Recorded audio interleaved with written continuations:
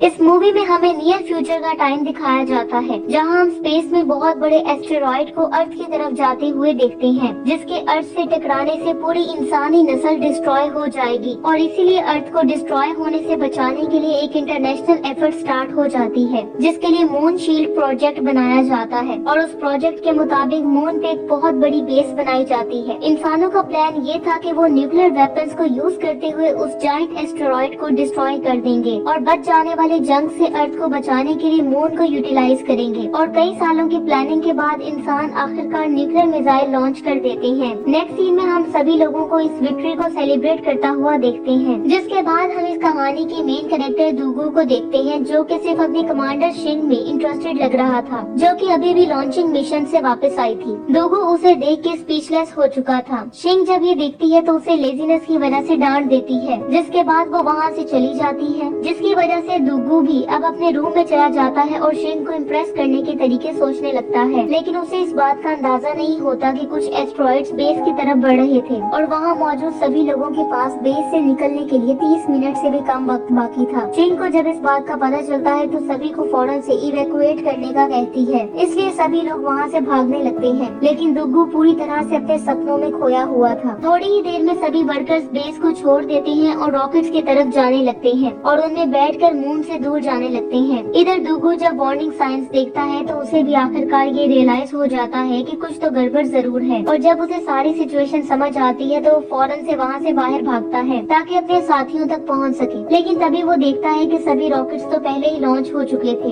जबकि सिर्फ एक रॉकेट अभी बाकी था, जिसकी पायलट कैप्टन शिंग थी। दुगू फौरन से उस रॉकेट की तरफ जाने लगता है और वो ड्रिफ्टिंग करता हुआ और गाड़ी को स्पीड से भगाता हुआ वहाँ जा रहा था, जिसके बाद वो एक बहुत बड़ी चोटी के ऊपर से जंप करता है और हवा में उड़ने लगता है। लेकिन वो उसको क्रॉस नहीं कर पाता और दीवार के साथ टकरा जाता है। दूसरी तरफ एस्टेरॉइड बड़ी तेजी से उनकी तरफ बढ़ रहे थे, इसलिए शिंग भी अपनी स्पेसशिप लॉन्च करने पे मजबूर हो जाती है। और जब दुगू आखिरकार सरफेस पे पहुंचता है तो उसे पता चलता है कि सभी लोग उसे छोड़कर वहां से जा चुके थे। जैसे ही सभी स्पेसशिप्स वहां से दूर जाने लगती हैं, इस दौरान बहुत से रॉक सरफेस पे गिरने लगते हैं और सब कुछ डिस्ट्रॉय होने लगता है। दुगू जब ये देखता है तो फौरन से अपनी जान बचाने के लिए भागने लगता है। इसी दौरान वो उन रॉक से बचने की कोशिश कर रहा होता है जो कि हर तरफ तबाही मचा रहे थे। तभी एक रॉक उसके सामने ब्लास्ट होता है, जिससे वो दूर जा गिरता है। लेकिन वो इस ब्लास्ट से किसी तरह बचने में कामयाब हो जाता है। तभी उसे वहाँ एक होल नजर आता है, इसलिए वो उसमें छुपने के लिए उसकी तरफ भागने लगता है। लेकिन फिर एक और ब्लास्ट होता है, जिससे वो हवा में उड़ता हुआ दूर जा गिरता है और बेहोश हो जाता है। इसलिए उसे इस बात का पता नहीं चलता कि एक बहुत बड़ा एस्टेरॉइड मून सरफेस के ऊपर मौजूद था, जो कि अर्थ की तरफ बढ़ रहा था। थोड़ी देर बाद जब दुगू को होश आता है तो वो फौरन से खड़ा हो जाता है, जिसके बाद वो अपने साथियों पे चिल्लाने लगता है, क्योंकि वो उसे अकेला वहीं छोड़ के चले गए थे। लेकिन फिर उसे पता चलता है कि एक एस्टेरॉइड अर्थ को हिट करने वाला है और थोड़ी ही देर में जब वो एस्टेरॉइड अर्थ से टकराता है तो एक बहुत बड़ा एक्सप्लोजन होता है, जिससे प्लेनेट सरफेस पूरी तरह डिस्ट्रॉय हो जाती है और अर्थ एक फ्लेमिंग बॉल की तरह नजर आने लगती है, जिसकी वजह से दुगू, जो कि मून पर अकेला रह गया था, होपलेस हो जाता है, जिसकी वजह से उसके पास वापस बेस में जाने के अलावा और कोई ऑप्शन नहीं बचती। बेस में वो हर तरफ कांटेक्ट करने की कोशिश करता है, लेकिन उसे कहीं से भी कोई रिप्लाई नहीं आता, जिसके बाद उसे जल्द ही एहसास हो जाता है कि अब वो इस दुनिया में अकेला रह गया है, जिसकी वजह से वो बहुत ज्यादा गमगीन हो जाता है और मरने वाले अपने सभी दोस्तों को ऑनर करने लगता है। खुशकिस्मती से उसके पास इतना खाना मौजूद था कि वो मरने तक उसको यूज कर सकता था, जिसके बाद वो दोबारा से अपने ख्यालों में खो जाता है और वो सीधा कैप्टन के रूम में चला जाता है, जिसकी वजह से उसे मोटिवेशन मिलती है और वो दोबारा से अपनी शेव करता है और अपनी इमेजिनरी गर्लफ्रेंड के साथ डेट पे जाता है, जिसके बाद वो अपनी इमेजिनरी गर्लफ्रेंड के करीब जाने लगता है। लेकिन इस दौरान उसे इस बात का पता नहीं होता कि अर्थ पे किसी जगह कुछ लोग एस्टेरॉइड से बचने में कामयाब हो गए थे और अब वो दुगू की उल्टी सीधी हरकतें देख के परेशान हो रहे थे और उनमें चेयरमैन मिस्टर सन भी शामिल थे, जो कि कमांडर शिंग को दुगू की स्टोरी को लोगों के लिए ब्रॉडकास्ट करने का ऑर्डर देते हैं, क्योंकि उनका ख्याल था कि इससे उन लोगों को एक उम्मीद मिलेगी जिनको बहुत ही मुश्किल हालात का सामना था। लेकिन ये प्लान इसलिए इतना ज्यादा जानदार नहीं था क्योंकि दुगू वहाँ से काफी दूर था और काफी पुरसुकून जिंदगी गुजार रहा था और उसके पास खाने के लिए भी काफी कुछ मौजूद था। एक सुबह जब दुगू उठता है तो खाना लेने के लिए जाने लगता है, लेकिन फिर उसे ये एहसास हो जाता है कि कुछ तो गड़बड़ जरूर है, क्योंकि उसे वहाँ एक पैकेट खुला हुआ मिलता है जो कि यकीनन उसने नहीं खोला था। जिसके बाद वो आहिस्ता आहिस्ता स्टोरेज की तरफ जाने लगता है और जब वो स्टोरेज में पहुँचता है तो उसे वहाँ किसी की परछाई नजर आती है और ऐसा लग रहा था जैसे वहाँ कोई लड़की मौजूद हो, जिसकी वजह से वो काफी ज्यादा खुश हो जाता है और उसके साथ फ्लर्ट करते हुए उसकी तरफ बढ़ने लगता है। लेकिन जब वो उसके पास पहुंचता है तो उसे पता चलता है कि वो तो एक जायंट कैंगरू था और वो कैंगरू यकीनन किसी इंसान को वहाँ देख के इतना ज्यादा खुश नहीं लग रहा था। ये देखकर दुग्गू एक स्टिक उठाता है और कैंगरू को डराने की कोशिश करता है, लेकिन वो ऐसा करने में बिल्कुल नाकाम हो जाता है, जिसकी वजह से कैंगरू को मजीद गुस्सा आता है। इसलिए वो दुग्गू से वो स्टिक ले लेता है और उसे ऐसे तोड़ने लगता है ऐसे जैसे वो किसी कागज की बनी हो। जिसके बाद वो उसे इतना मारता है कि उसकी इमेजिनरी गर्लफ्रेंड भी उसे पहचान नहीं पाती। लेकिन दुग्गू भी इतनी जल्दी हार मानने को तैयार नहीं था, इसलिए वो न्यू प्लान बनाता है और कैंगरू को काम डाउन करने की कोशिश करता है और इस तरह वो कैंगरू को ट्रिक करने में कामयाब हो जाता है। जब कैंगरू को पता चलता है कि ये सब कुछ तो फेक था तो वो उसे जोर से किक करता है जिससे वो दूर जा गिरता है। बार बार कैंगरू से हारने के बाद दुग्गू फिर भी उससे वार जारी रखने का प्लान बनाता है और इसके लिए वो अपनी एक मशीन गन बाहर निकालता है और कैंगरू पे फायरिंग करना स्टार्ट कर देता है, जिसमें से बहुत सी प्लास्टिक बॉल्स निकलती हैं जो कि कैंगरू को वहाँ से भागने पर मजबूर कर देती हैं। लेकिन सिचुएशन उस वक्त तब्दील हो जाती है जब कैंगरू वापस फाइट करने का फैसला करता है और दुग्गू को ऐसे ट्रैप करता है कि उसके पास कहीं भागने की ऑप्शन ही नहीं बचती, जिसकी वजह से दुग्गू कैंगरू को स्लैप करता है। जिसके बाद कैंगरू उस पर काउंटर अटैक करता है और उसे जोर से किक मारता है और वो उड़ता हुआ दूर जा गिरता है। लेकिन दुग्गू वहाँ से उठता है और जल्दी से अपनी गन लोड करने लगता है और फिर गुस्से में उस पर अटैक करने की कोशिश करता है, लेकिन कैंगरू इससे पहले ही उसे स्लैप कर देता है। जिसके बाद वो दुग्गू को पकड़ लेता है और मारने लगता है, जिसकी वजह से दोनों नीचे गिर जाते हैं। खुशकिस्मती से दुग्गू इंजर होने से बच जाता है और धीरे धीरे उठने लगता है, लेकिन तभी वो ये देख के हैरान हो जाता है कि कम्युनिकेशन डिवाइस अर्थ से सिग्नल रिसीव कर पा रही थी, जिसकी वजह से उसे फिर से उम्मीद मिलती है कि शायद ह्यूमैनिटी उन अटैक से सरवाइव कर गई है। लेकिन उसे ये पता नहीं था कि ये सिग्नल कैंगरू के टेल हिट करने की वजह से आया था, जबकि कोई भी उसे अभी बचाने के लिए नहीं आने वाला था, क्योंकि वो लोग अभी उसके लिए स्पेसशिप नहीं भेज सकते थे। लेकिन दुग्गू काफी खुश था और काफी होपफुल भी था और वो कैंगरू को भी ये दिखाता है कि हम उस प्लेनेट पे वापस जाने वाले हैं। लेकिन कैंगरू उसे एक बार फिर से स्लैप करता है और वो दूर जा गिरता है। अब दुग्गू को मून पे रहते हुए 200 दिन हो चुके थे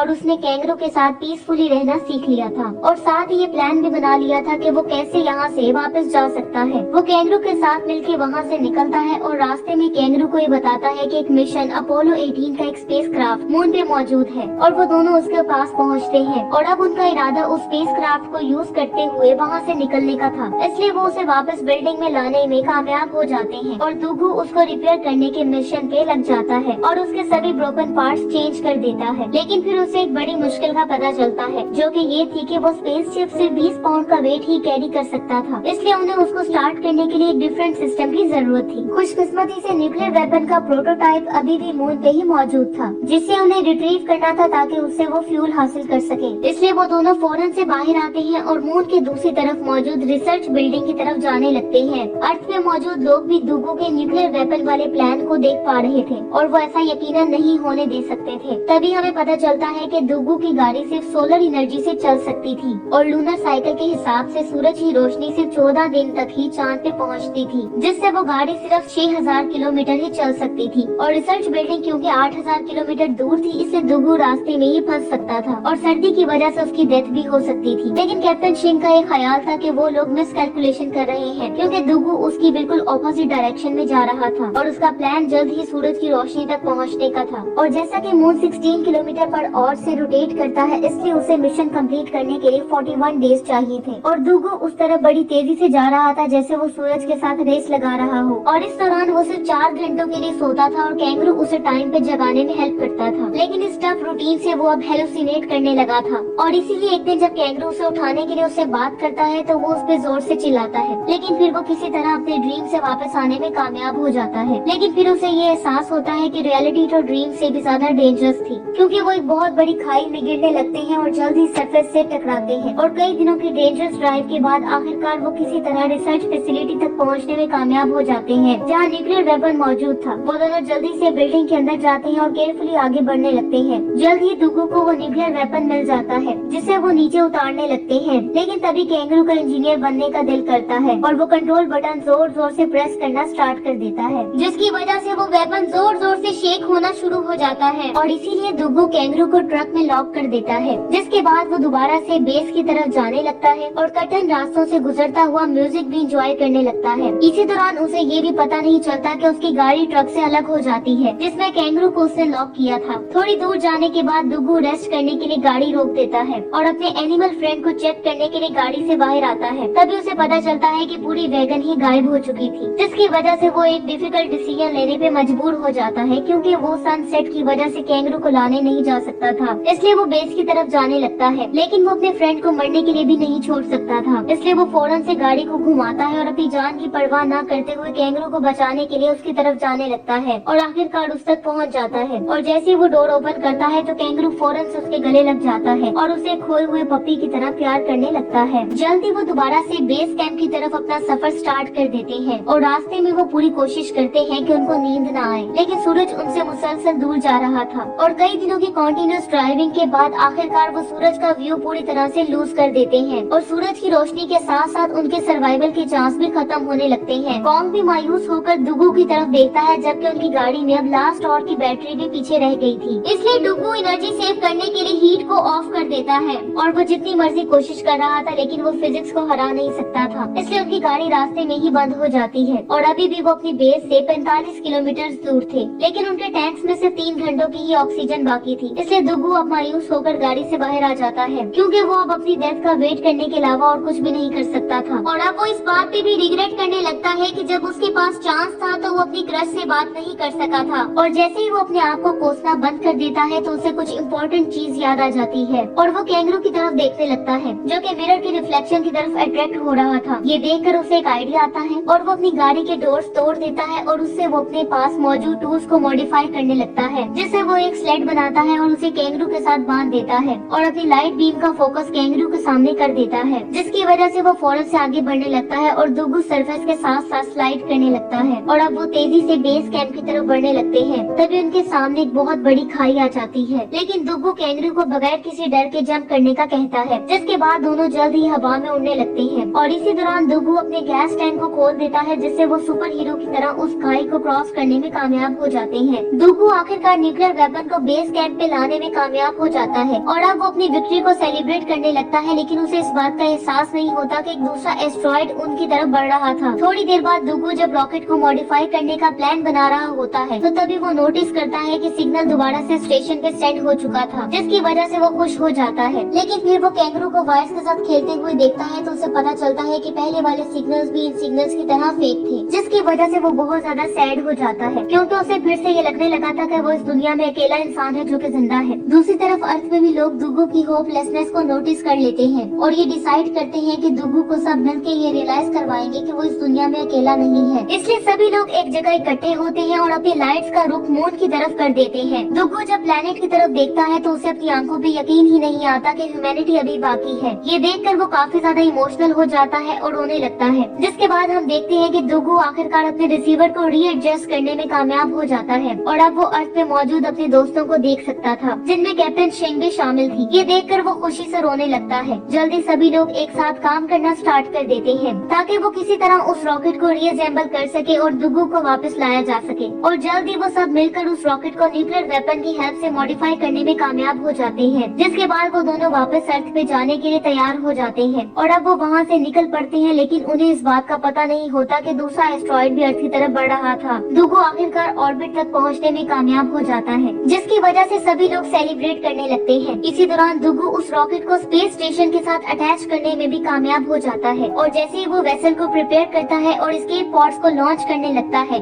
तो कैप्टन को एक बैड न्यूज मिलती है कि सेकंड एस्ट्रॉइड उनकी तरफ बढ़ रहा है और तभी हमें पता चलता है कि वो जॉइंट रॉक ओरिजिनल एस्टेरॉइड का ही हिस्सा था जो कि उससे टूट गया था और अब वो कोलिजन की वजह से अर्थ की तरफ बढ़ रहा था, जिसके बाद लोगों को ये एहसास होता है कि इस वक्त अगर कोई इंसान उनको बचा सकता है तो वो सिर्फ डुगू है, क्योंकि उसके पास न्यूक्लियर वेपन मौजूद था। लेकिन इसका मतलब ये था कि डुगू का बच पाना बहुत मुश्किल हो सकता था। कैप्टन शेंग डुगू को ये न्यूज देने का फैसला करती है और हैरानकुन तौर पे डुगू इस मिशन के लिए फौरन से मान जाता है, ये जानते हुए भी कि उसको अपनी लाइफ को सेक्रीफाइस करना पड़ना था। जल्दी सभी लोग अपने शेल्टर्स में वापस चले जाते हैं और वो किसी भी बुरी आउटकम के लिए तैयार हो जाते हैं। इधर डुगू कैंगरू को गुड बाय कहता है और उसे एस्केप पॉड में ही छोड़ देता है, जिसके बाद डुगू डिफिकल्ट टाइम में उसका साथ देने पर अपने दोस्त का शुक्रिया अदा करता है और इसी के साथ वो लीवर को खींचता है और कैंगरू को अर्थ की तरफ भेज देता है और उसको जाता हुआ देख के वो रोने लगता है, क्योंकि वो शायद आखिरी बार अपने फ्रेंड को देख पा रहा था। लेकिन अब उसे सबसे इम्पोर्टेंट मिशन को पूरा करना था और इसलिए अब वो उस एस्टेरॉइड की तरफ बढ़ने लगता है और तभी वो रॉक्स के एक बड़े क्लस्टर में एंटर हो जाता है और उन रॉक से बचता हुआ आगे बढ़ने लगता है। दुगु उस जॉइंट रॉक्स को डॉज करता हुआ आगे बढ़ रहा था कि तभी एक रॉक उसके शिप से टकराता है, जिससे वो स्पिन करने लगता है और अब वो उसे स्टेबल करने की कोशिश करने लगता है, जो कि आउट ऑफ कंट्रोल हो चुका था। जिसके बाद वो एक डोर को तोड़ देता है, जिसकी वजह से प्रेशर इक्वलाइज होने की वजह से उसकी रोटेशन रुक जाती है। और जब वो शिप को चेक करने जाता है तो उसे पता चलता है कि इंजन पूरी तरह से डिस्ट्रॉय हो चुका था। इसलिए अब दुगु ये डिसाइड करता है कि वो उस बॉम्ब को मैनुअली उस एस्टेरॉइड तक ले जाएगा, लेकिन इसका मतलब अपनी लाइफ को सेक्रीफाइस करना था। जिसके बाद वो बाहर आता है और उस वारहेड को अनलॉक करता है और फिर वो उसे पुश करते हुए सीधा उस एस्टेरॉइड की तरफ ले जाने लगता है और वो बगैर किसी खौफ के उसकी तरफ बढ़ रहा होता है। इसी दौरान उसका सूट भी डिस्ट्रॉय होने लगता है और अब आखिरकार वो उस एस्टेरॉइड तक पहुंचने में कामयाब हो जाता है। इसी दौरान वो लास्ट टाइम कैप्टन को भी इमेजिन करने लगता है और इसके साथ ही वहाँ एक बहुत बड़ा ब्लास्ट होता है, जिससे वो एस्टेरॉइड पूरी तरह डिस्ट्रॉय हो जाता है। इसके बाद हम देखते हैं कि सभी लोग अपने शेल्टर से बाहर आ जाते हैं और आसमान की तरफ देखने लगते हैं और दुगु के सेक्रीफाइस को याद करने लगते हैं। कई साल बाद ह्यूमंस अर्थ को रिस्टोर करने में कामयाब हो जाते हैं और कैंगरू को नेचर में अपना घर दोबारा मिल जाता है। कैप्टन शिंग और उसकी टीम को दोबारा से मून पे भेजा जाता है ताकि वो अर्थ को प्रोटेक्ट करने के लिए अपना काम जारी रख सके। इसी के साथ ये मूवी एंड हो जाती है।